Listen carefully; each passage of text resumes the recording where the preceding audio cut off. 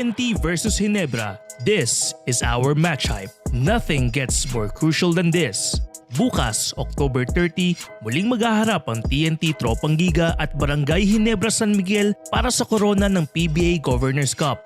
Noong linggo, TNT ang unang nakakuha ng panalo sa serye 104-88 sa likod ng double-digit scoring ni Ronde Hollis Jefferson, Reynam Batak, Oy Eram, Jason Castro at RR Pugoy. Asahan na ipagpapatuloy nila ang momentum para makuha ang 2-0 lead.